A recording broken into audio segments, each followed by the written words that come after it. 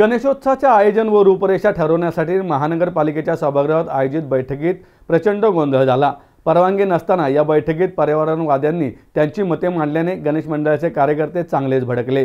त्यांना बोलण्यात मनाई करूनही काही पर्यावरणवाद्यांनी बोलणे चालूच ठेवल्याने मंडळाचे कार्यकर्ते चांगलेच संतापले। त्यात एक पर्यावरणवादी हिंदीतून बोलू लागल्याने त्याला मराठीत बोलण्यास सांगूनही त्याने हिंदीतून बोलणे सुरू ठेवल्याने कार्यकर्ते त्याच्यावर धावून गेले। यानंतर सुरक्षा रक्षकांनी त्याला बाहेर काढल्याने काही काळ तणावपूर्ण वातावरण निर्माण झाले होते।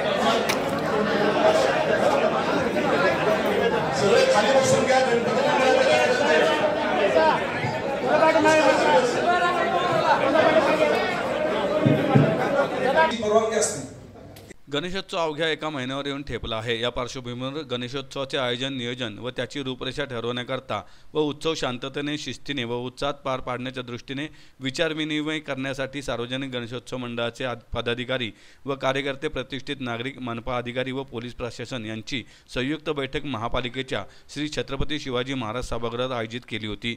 या बैठकीला आयुक्त नवल किशोर राम, झोन 1चे डीसीपी ऋषिकेश रावळे, अतिरिक्त आयुक्त पृथ्वीराज बीपी, भाजपचे शहराध्यक्ष धीरज घाटे व पुण्यातील विविध गणेश मंडळांचे कार्यकर्ते उपस्थित होते। गणेश मंडळाच्या कार्यकर्त्यांनी महानगरपालिकेच्या प्रशासनाला अनेक सूचना केल्या। वाहतूक नियोजन, स्वच्छता, पोलीस मदत कक्ष, मेट्रो आदी विषयांवर प्रश्न अधिकाऱ्यांना विचारण्यात आले। या बैठकीला काही पर्यावरणवादी देखील उपस्थित होते। त्यांनी देखील या बैठकीत ध्वनी प्रदूषण, शाडूच्या गणेश मूर्ती, प्लॅस्टर ऑफ पॅरिसच्या गणेश मूर्तीचा वापर टाळावा याबाबत सूचना करण्यास सुरुवात केली। दरम्यान ही बैठक केवळ गणेश मंडळाच्या कार्यकर्त्यांसाठी आयोजित केल्याचे सांगून आम्हाला बोलण्यास संधी द्या असे म्हणत त्यांनी बोलण्यास विरोध केला। पर्यावरणवाद्यांनी माईक हातात घेऊन बोलण्यास सुरुवात केली, त्यामुळे गणेश मंडळाच्या कार्यकर्त्यांचा संताप अनावर झाला। झालेल्या गोंधळानंतर भाजपचे शहराध्यक्ष धीरज घाटे यांनी बोलण्यास सुरुवात केली। घाटे म्हणाले, मुळात ही बैठक गणेश मंडळांच्या कार्यकर्त्यांसाठी असून त्यांना सभागृहात येण्याची परवानगी कशी मिळाली? हे लोक कुठून तरी येतात आणि या ठिकाणी आपले मत मांडून आपले विचार गणेश मंडळांवर लादतात। हे कुठेतरी थांबले पाहिजे। प्रशासन आणि गणेश मंडळाचे कार्यकर्ते हातात हात घालून काम करत आहेत। ढोल ताशा पथकांना देखील सरावासाठी जागा उपलब्ध करून दिली जात नाही, त्यामुळे प्रशासनाने यावर निर्णय घ्यावा अशी मागणी देखील घाटे यांनी यावेळी केली।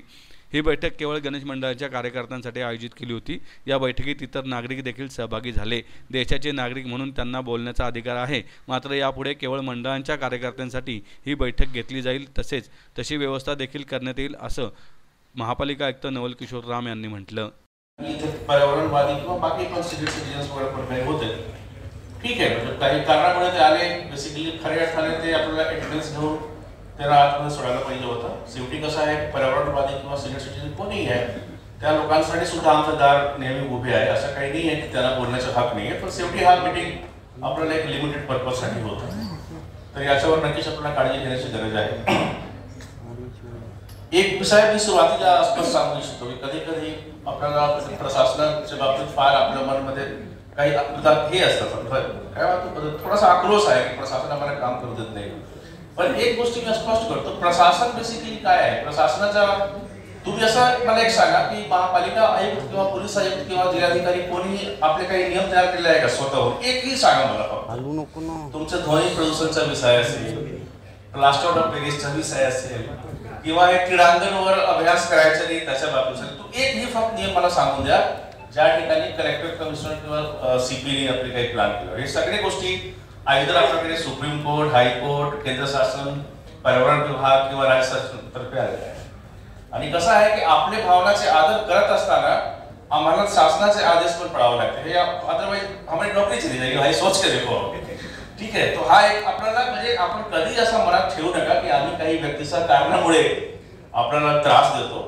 आणि मला एक फारच अवघड प्रश्न तरी विचारला की निर्बंधमुक्त म्हणजे काय, तर मला वाटतं की याचा परिभाषा आपण देऊ नये, हा सर्वात चांगला परिभाषा आहे। जर तुम्ही म्हणजे हा म्हणजे काय असतं निर्बंध आणि काय निर्बंध त्याचा जर परिभाषा तुम्ही समोर आणला तर थोडासा अडचणीचा विषय आहे. निर्बंध मुक्त जे आहे ते जाऊ द्या पुढे, काही हरकत नाही आम्हाला, पण त्याचं डेफिनेशन नको. आपसे हे सगळे आपल्या बोलण्यातून मला जाणवलं खूप सारे इश्यूज आहे. मी तर सर्वात आधी आपल्याला स्पष्ट करू इच्छितो काही ठराविक भागमध्ये खूप चांगली तयारी आम्ही करत असतो महापालिकातर्फे किंवा पोलीस तर्फे.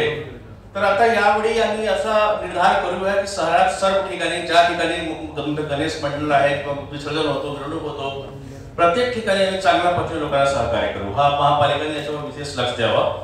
कारण एकच दोन ठिकाण ठीक आहे, काही असे मानाचे गणपती आहे, तुम्हाला पण माहित आहे की मानाचे गणपती आपण का म्हणतो, याचं नक्कीच एक वेगळं महत्व आहे म्हणून म्हणतो. तर हे सगळे एकमेकांमध्ये कॉम्पिटिशनची काही गरज नाहीये. शेवटी प्रशासनासाठी सर्व नूक अँड कॉर्नर सिटीच्या सारखे असते, पण काही जे पारंपरिक विषय आहे त्याचा आदर आम्हाला पण करावा लागते. पण नक्कीच आम्ही ज्या ठिकाणी थोडाफार दुर्लक्ष होतो आपल्या म्हणण्याप्रमाणे ते आम्ही नक्कीच त्याच्यावर काहीतरी आपण नक्कीच करूया.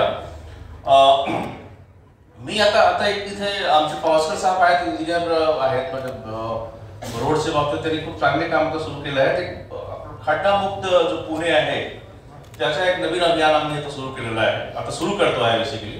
तर आपण काही दिवसांनी पुढच्या वीकमध्ये एक ऍप सुद्धा आम्ही लॉन्च करतो. तुम्ही आम्हाला सांगा कुठे खड्डा आहे, तुम्हाला पूर्णपणे हे द्यावं लागेल वेळ बेसिकली.